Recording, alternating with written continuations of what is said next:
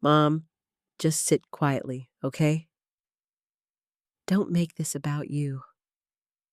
Those were my son's words, whispered into my ear seconds before the ceremony began. I was standing near the microphone station, the room full of people, the bride's eyes sparkling with nervous joy, and my ex-husband's empty, as they had always been. Right then, I knew. They didn't want a mother. They wanted scenery. But what no one knew is that the quiet mother had been documenting everything. My name is Margaret Holloway. I'm 62 years old, divorced, and I raised my only son almost entirely on my own. For most of my life, I believed that silence was love, that if I kept giving, kept saying, "It's okay," one day someone would finally say, "Thank you." But no one ever did. Right now, I'm sitting in the back corner of a wedding venue in upstate New York. The table card in front of me reads, Margaret Holloway, guest of the groom. A stinging reminder that I am, in this moment, simply a formal attendee, not a mother, not a matriarch, just a name printed in polite script on glossy cardstock. The room is adorned with white roses and blush pink peonies, and everything feels overly perfect, except me. Soft instrumental music drifts through the air. Guests laugh and sip champagne. They lean in close, snap pictures, and keep their voices just loud enough to be heard over each other, but never loud enough to disturb the illusion of harmony. The bride's family is seated at a long table up front, their laughter bright and genuine, or so it seems to me. My ex-husband, Daniel, sits beside his new wife, the woman he left me for 12 years ago. Their posture is poised, their smiles easy, as though they'd built this beautiful day on kindness, grace, and mutual admiration, rather than broken vows, shattered promises, and my own quiet heartbreak. My son, Matthew, he hasn't acknowledged me since I arrived, not once. I sit at my table, arms folded around my glass of champagne, feeling the weight of every shiny chair, every crystal glass, every happy voice around me. I was once the center of their universe, but today, I'm nothing more than a footnote they've decided to include out of obligation. A server approaches with a tray of hors d'oeuvres, tiny forks of ravioli, smoked salmon bites, delicate pastries. I pick up a canapé, place it carefully on my plate, then slide it aside. I don't want to taste anything, but I don't want to seem rude. I take a sip of champagne, swallow down the bitter sweetness, and check the time. 20 minutes until the ceremony starts. 20 minutes until I'm expected to stand, to clap, to blend into the background like expensive wallpaper. Something feels different today, though. Beneath my calm exterior, I sense a tension like a rope stretching taut around my chest. A scream wants to rise up, raw and urgent, but it's been lodged in my throat for so long, I barely remember how to let it out. And it's not just because of how the room looks, or how the table feels strategically distant from anything important. It's because of the memory of my son's voice when he passed me earlier. He leaned close, so close the scent of his cologne brushed my cheek, and whispered, "Mom, just sit quietly, okay? Don't make this about you." His voice wasn't harsh, but it didn't need to be. It carried the same quiet dismissal he's used since he was 8, never asking, always expecting me to comply. Just sit quietly, as though I ever did anything else. I close my eyes, let that phrase echo behind them, and taste the flash of anger that follows. It's been years since I felt anything besides polite compliance. But here, in this room full of forced smiles and rehearsed laughter, it surfaces again, raw and bitter. My thoughts drift back, unbidden, to the early years after his father left us. Matthew was 7. I was 35, working 2 jobs, struggling to keep a roof over our heads while clinging to the idea that worse days would pass. He'd come home from school with scraped knees or homework bombed, and I'd drop everything. I didn't question if I deserved it or if he deserved better. I just made dinner and patched heartaches with words like, "It's okay, Mom's here." I remember long nights rocking him to sleep, humming lullabies my own mother taught me, songs I haven't sung in decades. I remember missing birthdays, skipping social events, going without, so there'd be enough toys or braces. Every sacrifice, every moment, built what I believed would be enough. In the spare bedroom closet, my old easel still leans against the wall. A silent canvas waiting for a voice I'd forgotten I had. But today's indifference is different. It's not the gentle hush of love. It's the cold absence of gratitude, the void left by someone who takes without seeing. It's the kind of distance that comes when love turns to entitlement. The maitre d' makes an announcement. "Ladies and gentlemen, please take your seats for the ceremony." Chairs scrape the floor. The music shifts to a more urgent tempo. I stand, knees stiff, heart pounding, breath shallow. I follow the slow procession and settle into my seat, 2 rows back from the head table. There's no room for a mother's pride here, just precise choreography. As the officiant begins, I feel the weight of being seen and unseen simultaneously, visible enough to fulfill an obligation, transparent enough to be ignored. I watch the microphone station near the front, knowing there'll be time for toasts after the ceremony. Wondering if my name will be called. Wondering if I'll have the courage to stand. I see Matthew reading the vows, his voice steady. I see the bride's eyes glisten as she watches him, and I realize that today, this facade of love and celebration is built on my erasure. My name is Margaret Holloway, and for so long, I was the quiet one. But something is shifting. The ceremony was fine. Beautiful even in that generic, Instagram perfect kind of way. The kind where everything feels staged, curated down to the petal. Impressive, but soulless. I clapped when I was supposed to. I smiled when the officiant made a joke. I nodded when Matthew kissed his bride, and the room erupted in applause. But inside, I felt like I was watching someone else's life. Not my son's, and certainly not mine. After the recessional, I walked slowly toward the reception hall, clutching my purse a little too tightly, pretending not to notice that no one waited for me. No one walked with me. I passed guests, laughing in little clusters, relatives from the bride's side who'd never met me, all glowing with warmth that didn't include me. The room was gorgeous. Crystal centerpieces, long ivory tablecloths, gold-rimmed china. On each plate sat a small card with our names in calligraphy. Mine read Margaret Holloway in cursive. Beneath it, groom's guest. Not mother of the groom. Not even family. Just guest. I scanned the seating chart again. I wasn't at the head table. I wasn't at the family table. I wasn't even near the dance floor. Table 12, back right corner, near the speakers. Far enough to not interfere with photos, but close enough to not cause offense. Strategic exile. I sat down and stared at my name card as if it might transform if I just wished hard enough. Across the room, Daniel was laughing, really laughing, with his wife, Clarissa. She looked sleek, younger than me, always had. Her dress was cream-colored, bordering dangerously close to white, and she wore it like a declaration. When our eyes met briefly across the room, she offered a small, practiced smile, the kind reserved for distant acquaintances you're obligated to acknowledge. I remember when she was my friend.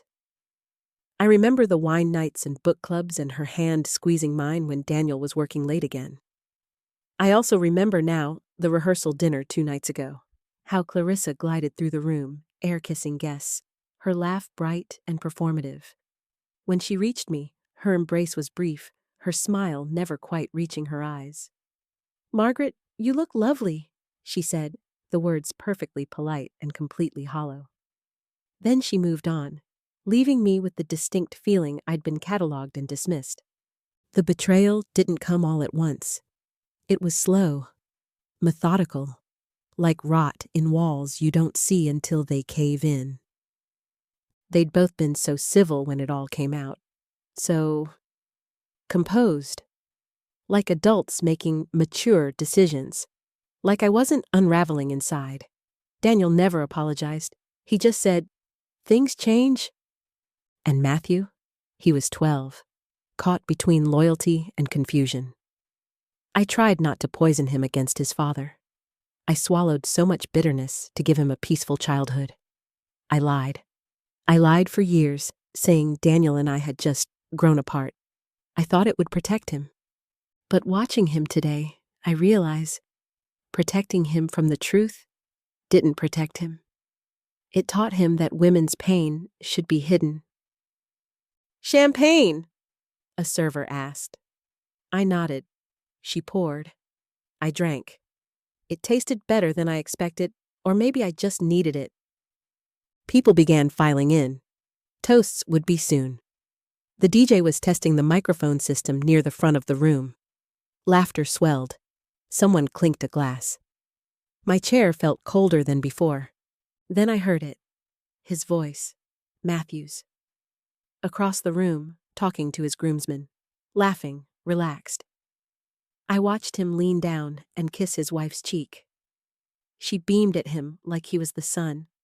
I wanted to feel happy for him. I really did. But my happiness had been hollowed out by years of one-sided devotion. I'd become the woman who hemmed his pants, packed his college boxes, sent him care packages, paid his rent that first year when Daniel refused, and now I was a formality, a polite one. I thought of the last time we had a real conversation, months ago, over lunch, when I asked if I could help with the wedding plans. He smiled, tight-lipped, diplomatic, and said, "Mom, Clarissa's helping with all that. It's just easier." Easier. I had stepped back. Again, because it was easier. Now I was wondering if I'd stepped so far back, I'd become invisible altogether. The DJ tapped the mic. "Ladies and gentlemen, it's time for a few words from people closest to the couple." Closest. Interesting choice of words. Clarissa rose first. Daniel, too. Toasts began. Laughter echoed. Stories were shared. Everyone looked toward the head table, toward the polished version of this family, shining and unbothered. I waited for my name. It didn't come, not even as a footnote. When the mic returned to the DJ, he smiled and said, "And now, let's get this party started." That was it. No toast from the mother of the groom. No mention. Not even a nod. My hand clenched around the stem of the glass so tightly I thought it might snap. I took a long, deliberate sip instead. "Mom, just sit quietly, okay?" That was all he wanted. That was all I was good for. I looked down at the place card one more time. Margaret Holloway, guest of the groom. Happy wedding, I guess. I used to be an artist. That feels strange to say now, like remembering a name you haven't spoken aloud in decades. But once, long ago, before diapers and carpool lines and evening shifts, I painted. I had a small studio in the corner of our garage, a splintered wooden easel, a coffee tin full of brushes, and the scent of oil paints always clinging to my fingertips. I used to lose myself in color, shapes, creative silence, the good kind. Then Matthew was born, and I lost myself in something else. I gave up my studio to make space for a nursery, packed away my canvases, stored my paints, told myself it was temporary. It wasn't. When Daniel's promotion slowed and bills piled up, I picked up extra shifts, office temp work, night inventory, a short stint selling perfume at a department store, anything to keep us afloat. Daniel started coming home later and later. At first, I believed his stories. Late meetings, traffic, long dinners with clients. But lies are like spoiled milk. You don't see the rot right away, but eventually, the smell is unmistakable. By the time I confronted him, it was too late. The affair had roots, deep ones, with someone I trusted, someone who used to hold my baby in her arms while I made coffee. Clarissa. He left 6 weeks after Matthew's 12th birthday, and I stayed. I cleaned up the mess, wiped Matthew's tears, reassured him that none of it was his fault, and I meant that. I never wanted him to carry the weight of his father's choices. So I swallowed mine. When Matthew needed help with college applications, I stayed up all night proofreading. When he needed rent, I took out a loan I'm still paying off. When he forgot Mother's Day 3 years in a row, I told myself he was just busy. Every year, a little more of me dissolved into the margins of his story. And then came the wedding. No call to ask what color I liked. No invitation to help choose the venue. No email asking if I had thoughts about the ceremony. Just a formal envelope in the mail with a date and a polite, "Hope you can make it." I remember opening it at the kitchen counter, my hands trembling. Not with anger, with recognition. That quiet, awful kind that makes you question if you ever really mattered as much as you thought. But still, I RSP'd yes, because that's what mothers do. Right? They show up, even when it costs them, especially when it costs them. The week before the wedding, I offered to help with last-minute details. I sent a careful text to both Matthew and Clarissa. Just wondering if there's anything I can do to help with final preparations? Clarissa responded first, within minutes. Everything's already covered. But thank you. The words were polite, efficient, final. Matthew never replied. I sat on my couch, phone in hand, waiting for something. A text, a thank you, a joke about wedding stress. Anything to let me know he saw me as more than an obligation. But the screen stayed dark. And that's when I started to see the pattern I'd been too afraid to name. There was a time when I believed Matthew would grow into the kind of man Daniel never could be.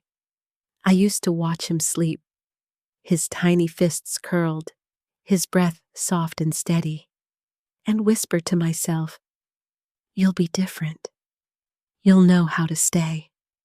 You'll know how to honor people." But patterns are inherited, not just learned. It was a few months ago. I had called Matthew twice. No answer. I left a voicemail asking gently if we could meet for coffee, just the two of us. Nothing dramatic. I just wanted to see him before everything changed. He finally texted back the next day. "Things are really hectic. Maybe after the wedding, okay?" After the wedding. The same vague promise Daniel used to make when he wanted to delay a difficult conversation. "Let's talk about this after the holidays." Or, once things settle down at work. He always had a reason not to deal with me, not to sit with the discomfort he caused, and I made excuses for him. For years, until excuses were all that was left. I never thought Matthew would speak like that, with that same distant politeness, that same soft dismissal, wrapped in reasonableness. There was a moment, a few years back, that should have shown me everything. It was Christmas. Matthew had brought Clarissa's daughter from her first marriage to our family dinner. I didn't mind. The girl was sweet.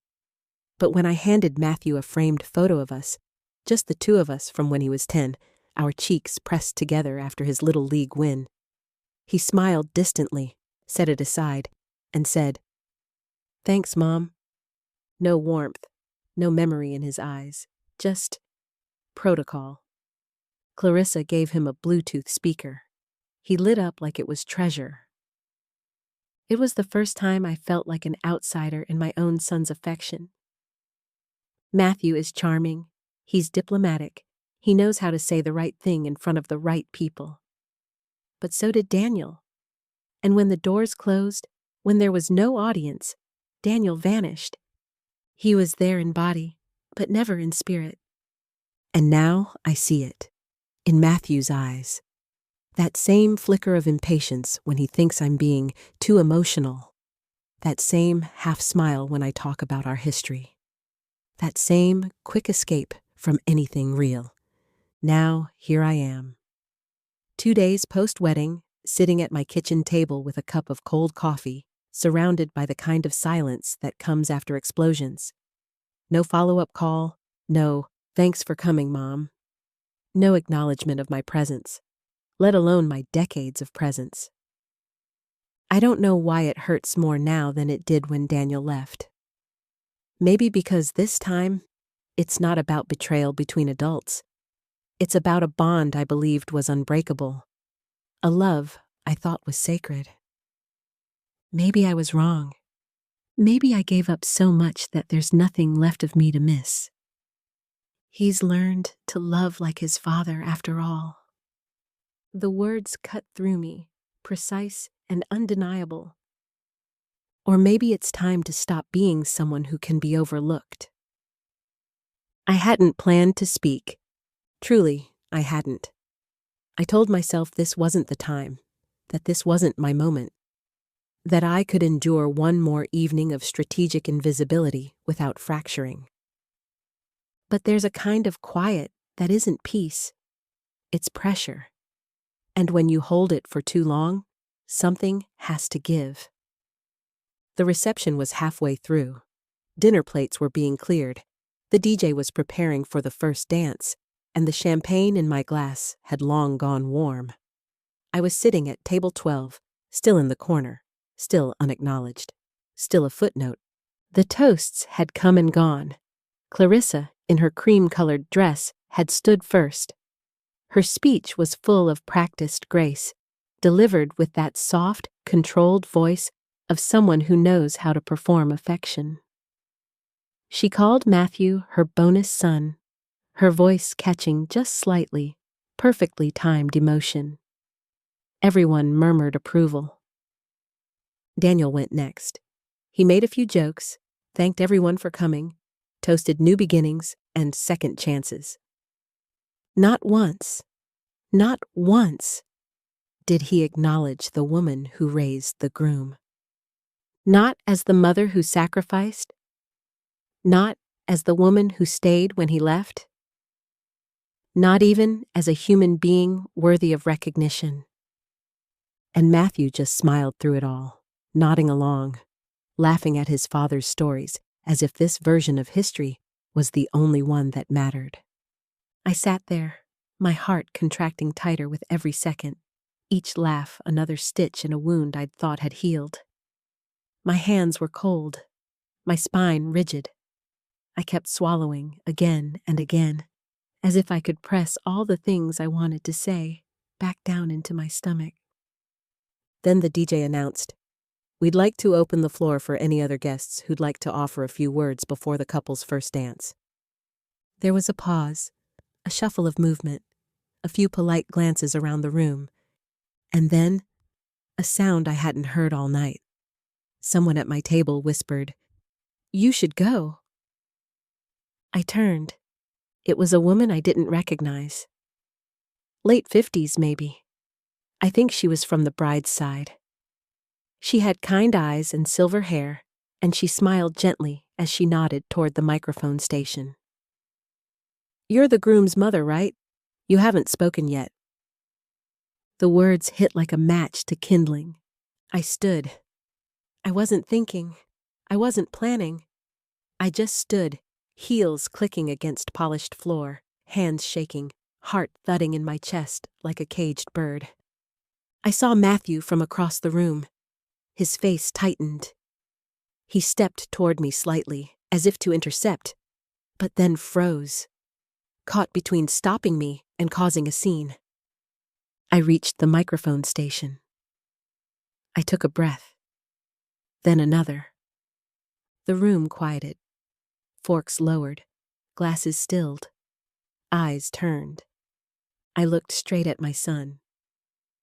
"This wasn't part of the plan," I said. A ripple of confused laughter floated through the room.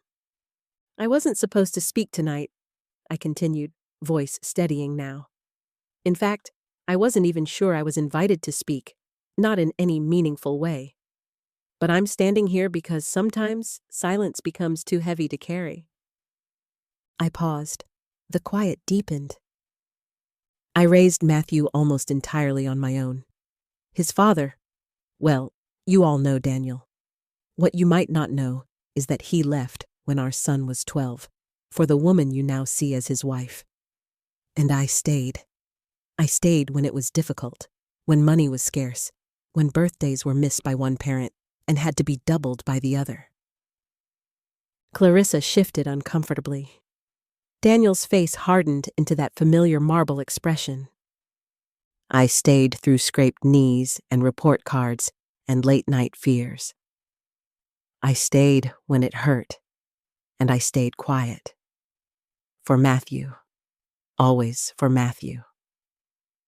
I looked back at my son. His eyes were wide, his mouth slightly open. I don't want applause.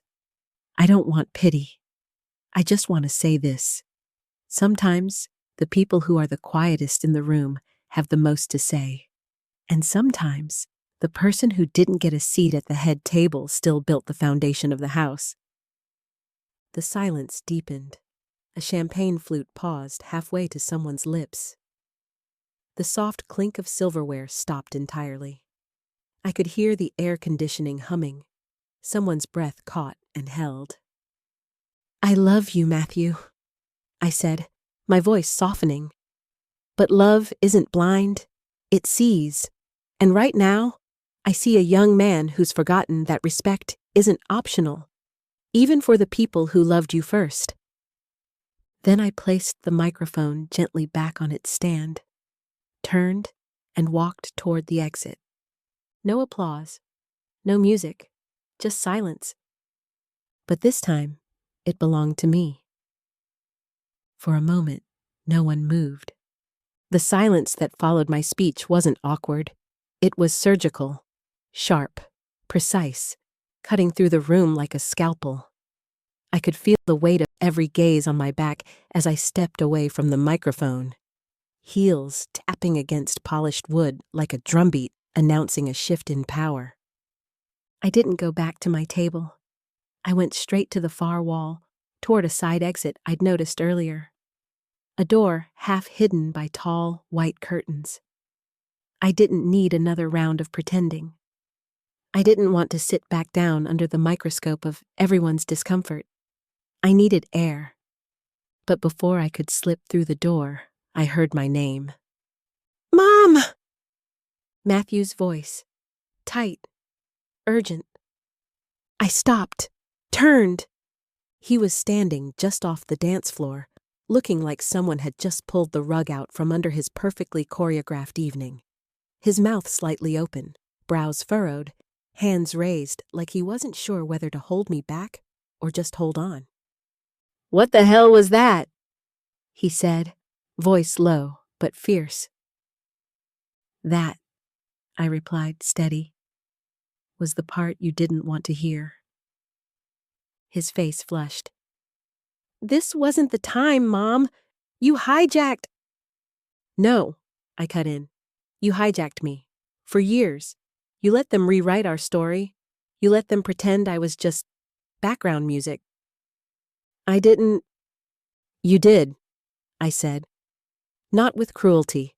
That would have been honest. You did it with neglect, with absence, with that awful, polite distance that made me feel like a ghost in my own son's life." He looked around, eyes darting as guests whispered and avoided direct eye contact. "Can we talk about this later?" he pleaded. "No," I said. "Later is what you always offer when you want me to disappear now." He blinked, took a step back as if I'd physically pushed him. Behind him, Clarissa stood stiffly beside Daniel, her face pale, lips pressed into a thin line. Daniel looked like he was carved from stone. Not angry, just frozen. I recognized that look. I'd stared at it across dinner tables for years, the expression of a man who refused to be accountable. The DJ cleared his throat nervously. Folks, let's give a warm round of applause for... Nothing. No claps, just tension thick enough to cut. A woman at a nearby table reached out and touched my arm gently. "That was brave," she whispered. I looked at her, middle-aged, soft eyes. She gave me a nod, the kind women give each other when one finally breaks the silence the others were too afraid to touch. I walked out. The cold evening air hit like a baptism. I stood under the awning, breathing deeply. My heart was racing, but my hands were steady.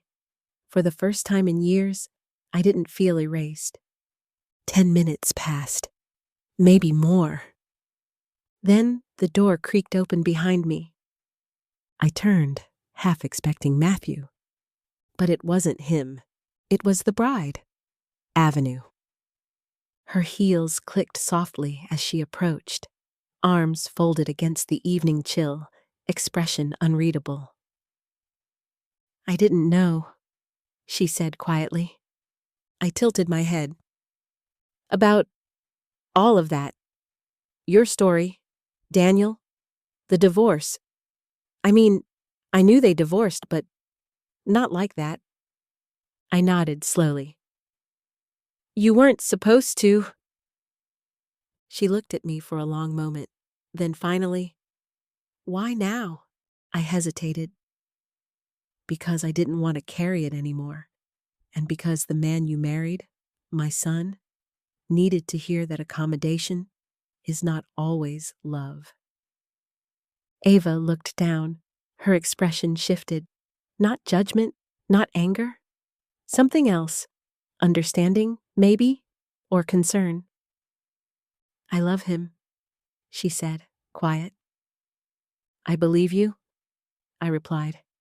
"Just make sure he learns to see people, especially the ones who don't demand attention." Because I didn't speak until it was too late. She nodded, slowly, then walked back inside, her cream-colored dress disappearing through the door. I stood alone, watching her go, and felt a strange sensation in my chest. Not regret, not even guilt. Just space. A hollow place where so much had been buried, and now something was breathing again. Later that night, as I sat on my couch, still in my dress, phone buzzing with texts, some kind, some shocked, a few furious, I opened one message from an unknown number. "You said what 1,000 women have wanted to say. Thank you." That's when I knew. It wasn't just for me. It was for every woman who gave and gave until she became invisible. The morning after the wedding, I woke up to a different kind of silence. Not the kind I'd known before, the weary quiet of an empty kitchen or a solitary Sunday. No, this was a sharp, humming kind of silence. The kind that follows a controlled detonation. At first, I wasn't sure what time it was. Sunlight crept through the blinds in long stripes across my carpet. My dress was still draped over the chair. My heels sat where I'd kicked them off in the hallway. Everything was exactly as I'd left it, except me. I made coffee out of habit more than desire. My phone was charging on the counter, screen lit up with unread messages. I braced myself, took a breath, and picked it up. 34 texts, 2 missed calls from Daniel, 1 from Matthew, none with voicemails. Most of the texts were from unknown numbers. That was something. "I'm so sorry you felt that way. Did you really have to do that in front of everyone?" "But others." "You were right to speak." That was powerful. I saw myself in you. And then one from a number with no name, just an area code I didn't recognize. Someone filmed your speech. It's online. My stomach dropped. I tapped the link. There I was, frozen in the thumbnail, standing at the microphone in that navy blue dress I'd bought on sale. The caption read, "Mother of the groom breaks silence at son's wedding and stuns guests." I watched it, every word, every pause, every tremble in my voice that steadied into something stronger. The comment section was flooded.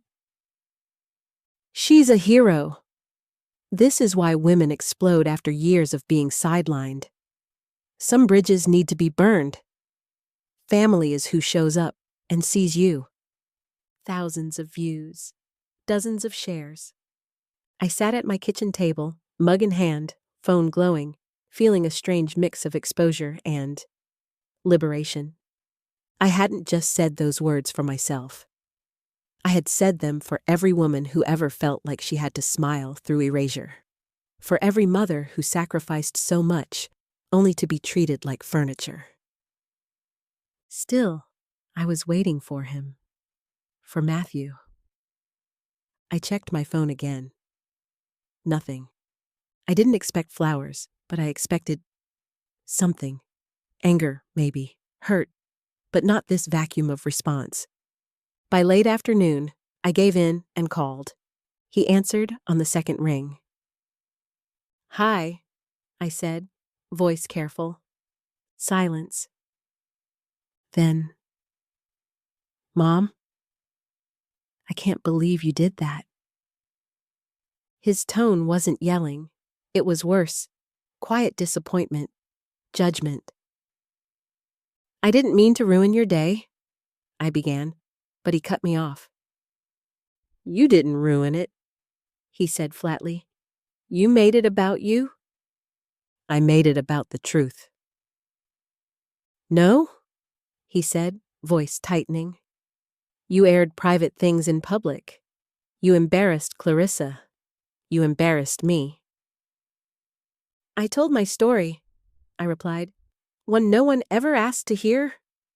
He sighed, that long, exasperated sound that felt like a door closing. "I need space." I froze. "From your mother?" I asked, the words almost choking me. "From all of it," he said. "I'll call you when I'm ready." He hung up, just like that. I stared at the screen until it dimmed.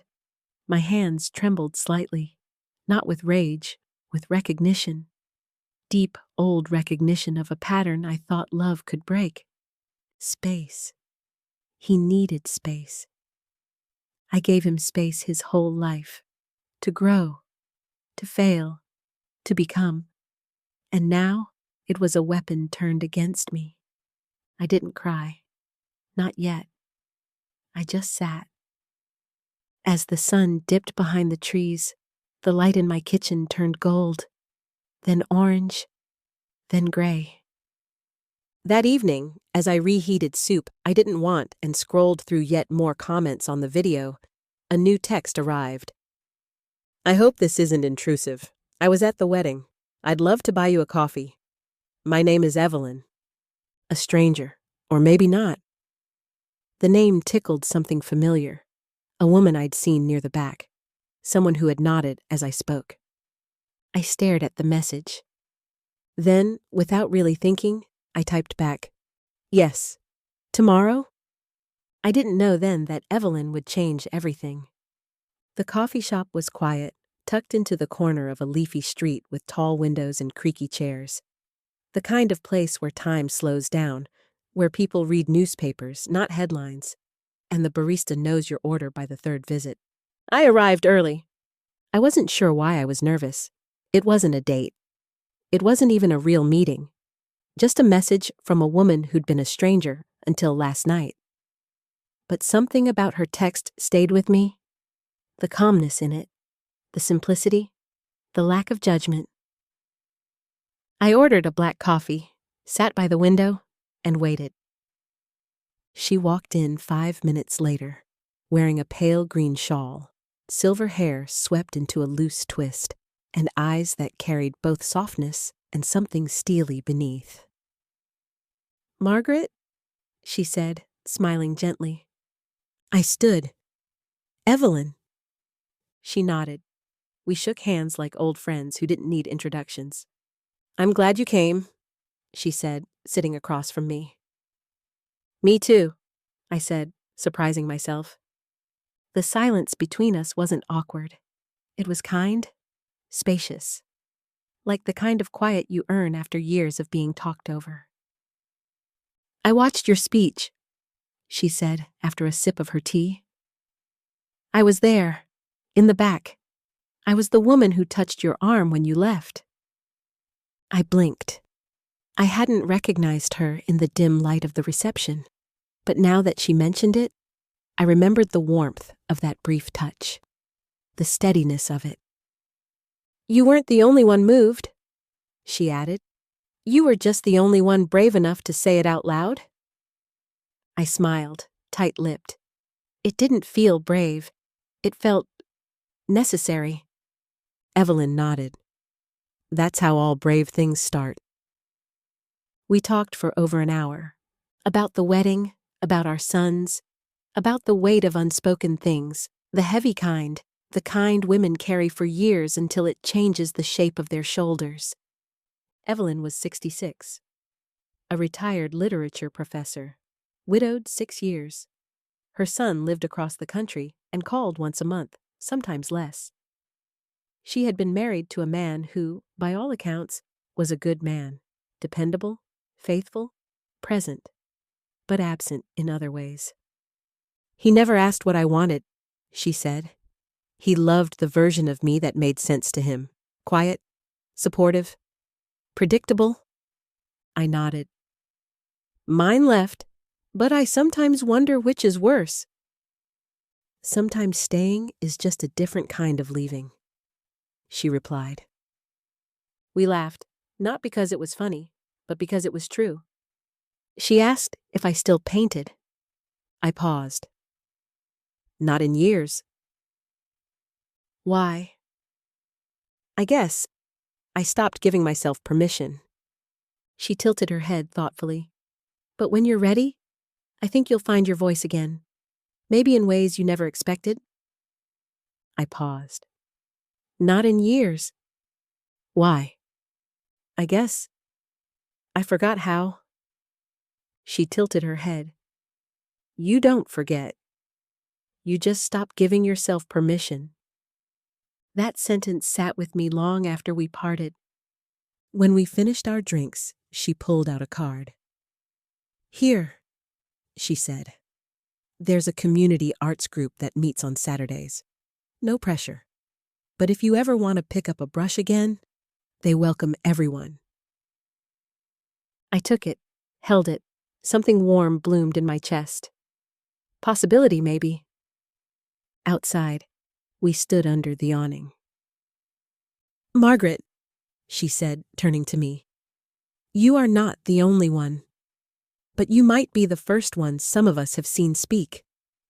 I didn't know what to say, so I just hugged her. It wasn't a long hug, not dramatic, but it felt like something uncoiled in my chest, something that had been twisted tight for years. We parted with a promise to meet again. As I walked home, card in hand, the breeze brushing my face, I felt something I hadn't felt in a long, long time. Hope. Not the blind, naive kind. The grounded kind, the kind that says, "It's not over, you're not finished, you were never meant to disappear." I didn't hear from Matthew for 2 weeks.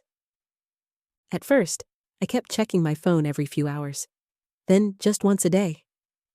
Eventually, I stopped altogether. The ache didn't go away. It just stopped demanding my constant attention. In that space of silence, I began to breathe differently. Evelyn and I started meeting every Saturday. Sometimes for coffee, sometimes for walks, sometimes just to sit in the park and watch the world move around us. We didn't talk about the wedding much, or our sons, not unless one of us needed to. Mostly, we talked about things that made us feel alive. Books, music, food, memory. She had a way of looking at the world that reminded me of how I used to see it, before everything became about enduring instead of experiencing. One afternoon, she handed me a paintbrush. "Try again," she said, her voice gentle. We were in a converted greenhouse, now used as a community art space. Sunlight poured through the glass roof. The scent of acrylic and turpentine mingled with coffee and laughter from other artists scattered around easels. I hadn't held a brush in 25 years. My hand trembled as I picked up the brush, its weight both foreign and familiar. The bristles were soft against my fingertips. I squeezed paint onto the palette. Cadmium yellow, burnt umber, ultramarine blue. Colors I'd forgotten I knew by name. "Don't paint something beautiful," Evelyn said. "Just paint something honest." So I did. My first stroke was hesitant, then bolder. The brush moved across the canvas like it was remembering too. It wasn't perfect. The colors bled where I didn't expect. The composition was uneven. But it was real. It was mine. And when I finished, a simple landscape of trees bending in wind, I cried. Not because it was sad, because it felt like remembering a language I thought I'd lost. Later, as we cleaned brushes together, Evelyn looked at my painting thoughtfully. "One day," she said, "you'll paint something and you'll call it your voice." I smiled, not understanding yet what she meant. I began painting twice a week after that, then 3 times, then almost every morning. I rearranged the spare bedroom into a makeshift studio. Nothing fancy, just a table by the window, jars of water, scraps of canvas, and light. For the first time in years, I was choosing things for me. Not in rebellion, not in anger, but in grace. I also started therapy. At first, I felt embarrassed. What could I possibly say that I hadn't already swallowed 1,000 times over? But in the quiet of that office, with a woman who simply nodded and waited, I started telling the truth, the kind I used to edit for other people's comfort. I talked about Daniel, about the years I pretended, about how motherhood became both a shield and a prison, about the fear of being alone and the deeper fear of being forgotten. I didn't talk much about Matthew. Not yet. Some wounds don't open clean. They need time to soften first. Evelyn invited me to her home one Sunday afternoon. It was warm and filled with books and plants and soft jazz playing in the background. We cooked together. Something simple, roasted vegetables and lemon chicken. We didn't rush. "I used to think family was obligation," she said as we sat at the table, wine glasses in hand. I nodded. "I thought it was sacrifice." She looked at me. "Now I think it's who you can be quiet with and still feel seen." We toasted to that. I began to understand something I'd never allowed myself to believe. Family isn't who you share DNA with. It's who sees you and stays. I started saying no. No to guilt invitations. No to holidays that felt like performance. No to empty apologies and people who only called when they needed something. And I started saying yes. Yes to dinner with new friends from the art group. Yes to walks with Evelyn by the river. Yes to the second glass of wine.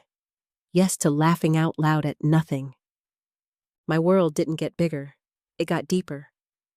One evening, I received a letter in the mail from Matthew.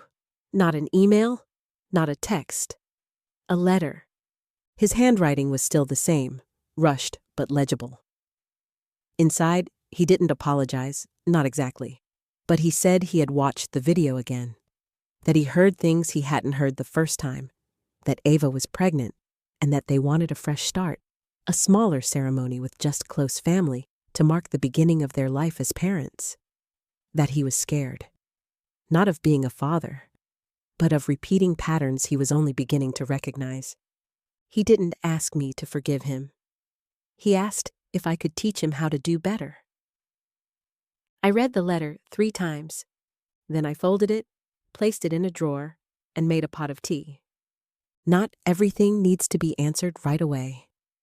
But the door, at least, was opening. It was a warm October morning when the second invitation arrived. Cream-colored envelope, embossed lettering, formal, careful. Matthew and Ava request the honor of your presence at a renewal of vows ceremony.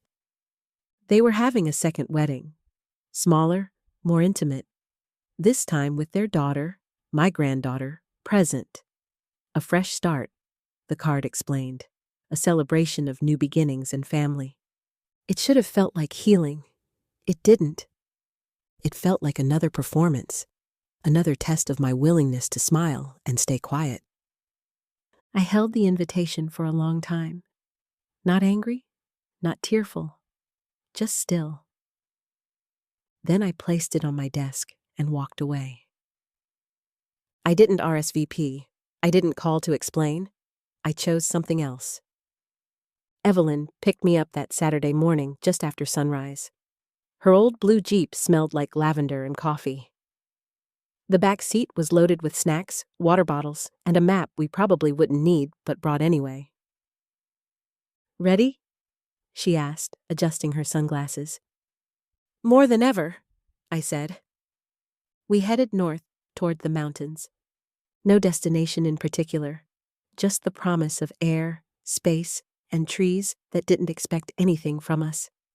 The road wound upward through stands of maple and oak, their leaves a tapestry of amber and crimson. We rolled the windows down, letting the cool October air fill the car with the scent of pine and earth. Along the way, we talked about small things, the changing leaves, the songs on the radio, a memory of Evelyn's late husband that made her laugh unexpectedly. There was no talk of weddings, no talk of letters, no revisiting old wounds. Only now. At the top of the trail, hours later, we sat on a flat rock overlooking a stretch of pine and gold that went on for miles. The sky was sharp blue. The wind carried the sound of rustling leaves and distant bird calls. We shared a thermos of coffee and slices of apple, the silence between us comfortable and full. I leaned back, watching the clouds drift. "You know what today is?" I asked. She nodded. "Yes." I thought I'd feel guilty. "Do you?" I paused. No. Not because I didn't love my son, but because I finally understood that love doesn't mean erasure, and presence should never come at the cost of dignity. "I wrote him a letter," I said. "Didn't send it, just wrote it. Told him I hope it's beautiful, told him I'm healing, that I wish the same for him." Evelyn smiled. "That's enough." We sat in silence for a while, a silence that wasn't heavy. It was full of air, of possibility, of the version of me I was becoming, not despite everything, but because I finally stopped apologizing for needing something different. As the sun lowered behind the peaks, casting long amber shadows, Evelyn reached over and gently took my hand. "You chose yourself," she said. I nodded. For the first time. I didn't know what the future held with Matthew. I didn't know if bridges would be rebuilt or if some were meant to stay ashes. I didn't know if I'd ever meet my granddaughter or if my son would ever truly understand what he'd asked me to give up all those years. But I knew this. That day, in the mountains, surrounded by trees and a woman who saw me, I wasn't missing anything. I was exactly where I was supposed to be. For the first time in decades, I was choosing my own story. And it felt like coming home. The gallery opening was small but warm. Soft lighting cast gentle shadows across a dozen paintings, Landscapes mostly, but also portraits of women in various stages of becoming. My work. 3 pieces had little red dots beside them. Sold. I stood in the corner, watching people move through the space, wine glasses in hand, murmuring appreciatively about color and composition. Evelyn was across the room, talking animatedly with a younger woman about technique. She caught my eye and smiled. My phone buzzed, a text from an unknown number. Saw the article about your art show in the local paper. Proud of you. A friend from the wedding. I smiled and tucked the phone away. 6 months ago, I thought my story was ending. That I'd become a woman who only existed in relation to other people's happiness. But stories don't end when voices are raised. They begin. I picked up my wine glass and walked toward one of my paintings. A woman standing at the edge of a forest, her back to the viewer, but her posture suggesting she was about to step forward into the light. It was called Finding Her Voice. And for the first time in years, I knew exactly who that woman was.